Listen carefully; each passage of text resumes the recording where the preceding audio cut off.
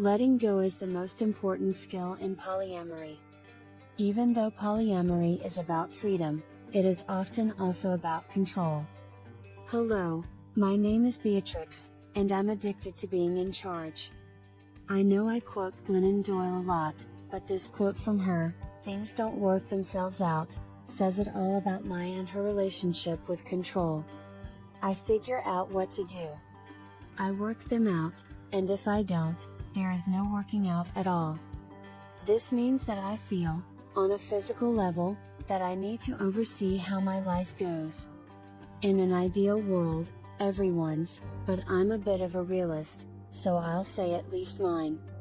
Even though I know it's impossible, I still try. This doesn't mean that I have to plan every minute of my day. I'm adaptable and can go with the flow. So long as I have the power.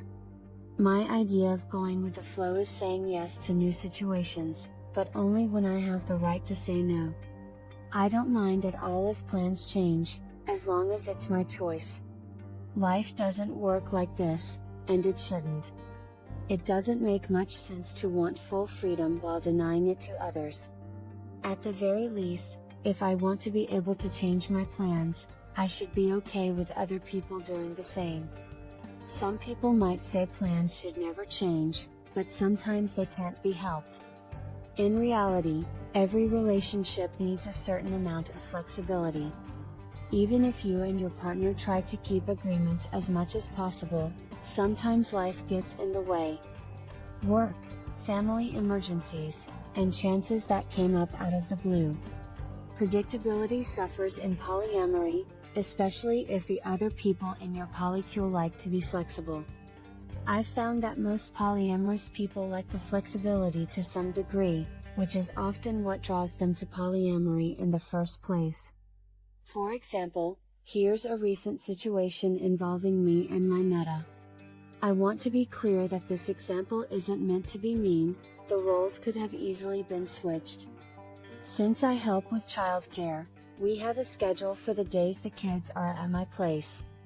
But next month, when the kids are at our house, they have an event at school that my meta might want to be a part of.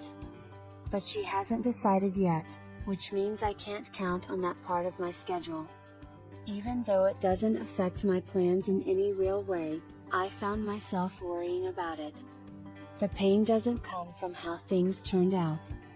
It's because I don't have full control over it. So often, jealousy, anxiety, and anger are just the result of not being able to control something. What if we could just deal with things as they come? This is a typical example of how our polycule works. My partner, Meta, and I all want to oversee our schedules and have the freedom to change things up or know what to expect. It's pretty normal for a lot of other polycules, too.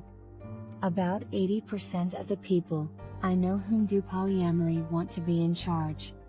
Some people choose to stay solo polyamorous so they can keep as much control over their lives as possible. Others try to get control by using different kinds of hierarchy. I think that polyamory would have a lot less trouble if people were more flexible. So often, jealousy, anxiety, and anger are just the result of not being able to control something. What if we could just deal with things as they come? What if, when we saw a partner less because we were in a different relationship, we could say, "Great, this gives me a chance to spend my time in a new way." Superscript 1. Flexibility and differences in the brain. My neurodivergence is a big reason why I have trouble keeping control of things. As you may know, I'm not a big fan of the pathological view of neurodiversity, the idea that different brain wirings are disorders. But I fit most of the criteria that psychologists use to diagnose autism and ADHD. And even though I don't think my brain wiring is a disorder, it does come with its own set of problems. One of these problems is that it takes me longer than most people to fully understand new situations, especially if they require me to change my mental model of the world. This is just a fancy way of saying, I'm not very flexible. Because my brain is wired this way, my first instinct is to say no to change. If you give me time to think about it, I might be on board, but my first reaction will always be to back away. As you might have guessed, this doesn't make my polyamory journey or relationships, in general, any easier. Getting past your stubbornness. If your brain or nervous system is flexible, like mine, you may wonder if you can get better at it and if there are other tricks that could help you in your polycule cope. Here are some things I found to be helpful. Cognitive therapy didn't help me, because the problem isn't logical, but psychedelics-assisted therapy and hypnotherapy did. I'm sure many other types of therapy that I haven't tried yet could also help. Improv theater has been so much fun because its whole point is to deal with the unexpected in a fun way. In improv theater, you don't practice ahead of time as you do in a regular theater. Instead, you react to what happens at the moment and let the play grow as you go. You don't have control over what people in the audience say or do or what your other players say or do, but you do have control over how you respond to them. If you don't like theater, you might like role-playing games. They are both based on the same basic idea. Games like Dungeons and Dragons are very popular among polyamorous people, and I think that might be because they teach us how to deal with the unexpected. Pay attention to the things you can change. You've probably heard of the Serenity Prayer. God, give me the serenity to accept the things I can't change, the courage to change the things I can, and the wisdom to know the difference.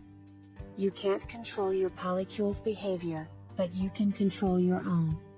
You can control the limits you set and, to some extent, even how you deal with problems. In the above example, I can't change what my meta decides about her seeing the kids. She is their mom, after all, but I can say what changes I want to make to my plans. Another example is making a list of things I can do if I find myself with a day or evening off when I didn't expect it. This works great with friends who cancel last minute, too. In the end, wanting freedom and wanting control are not opposites. But it's hard to make the two things work together. Has this come up in your polycule? If so, what advice can you give?